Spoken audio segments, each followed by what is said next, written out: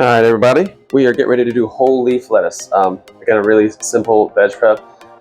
Still has some confusion with this sometimes.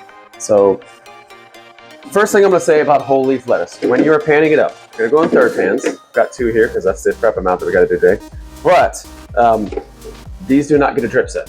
So do not put a drip set in the pan when you're doing whole leaf lettuce. Just plain, empty pan. I promise you, it'll be fine.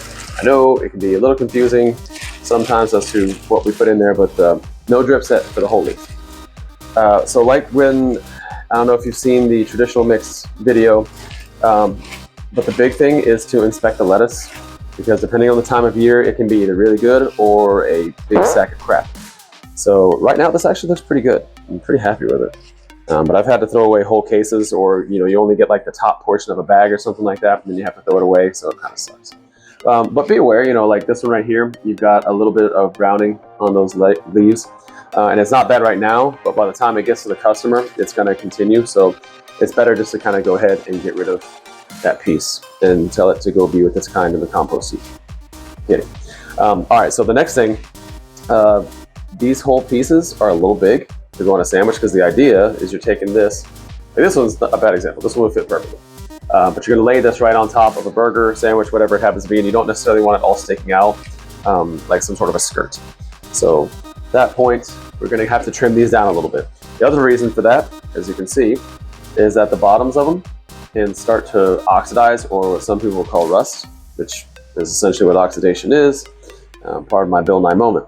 So what we're going to do, because that part's already browning, is go ahead and trim it off, just to be safe. You know what I mean? Nice and pretty. So from here, it is, watch me now, this is some real rocket science stuff. Goes into the pan. So what I'm gonna have you do is kind of separate it a little bit, because as you can see, it's all bunched together. So we don't want whoever's on Inside Expo, when they're starting to build sandwiches, having to necessarily take all the time to separate all the lettuce. You don't have to do it like piece by any means, but just separate it a little bit so that it makes it easier for that person to go ahead and grab a single or maybe two pieces depending on the size of the lettuce, okay? So I will repeat, taking a look, seeing if there's any cruddy ones just to kind of go ahead and get rid of. Again, this bunch is pretty nice, so. And when you cut it off, when you're trimming the back portion of it, it's probably about 1.5 inches worth of lettuce, more or less. If you can get away with less, it's fine. Less waste.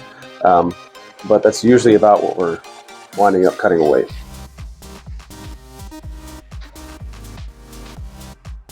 And then I alternate them so that the cut ends are in the middle, so that you can kind of differentiate from the two piles, okay? And just like that, we got whole leaf lettuce. So it's important to differentiate between the sliced and the whole, as far as once you're putting your label and where you're storing it in the walk-in. So for quick reach purposes, whoever's having to go get it, they know exactly what they're looking for, they know exactly where to get it, take less time, and we don't grab the incorrect product. So once again, filling out a label, putting it on the narrow side, I guess you could call it, of the pan. Now it's ready for storage.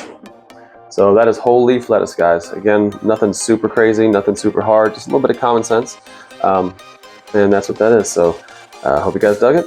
Give me a shout if you have any questions. Catch you on the next side.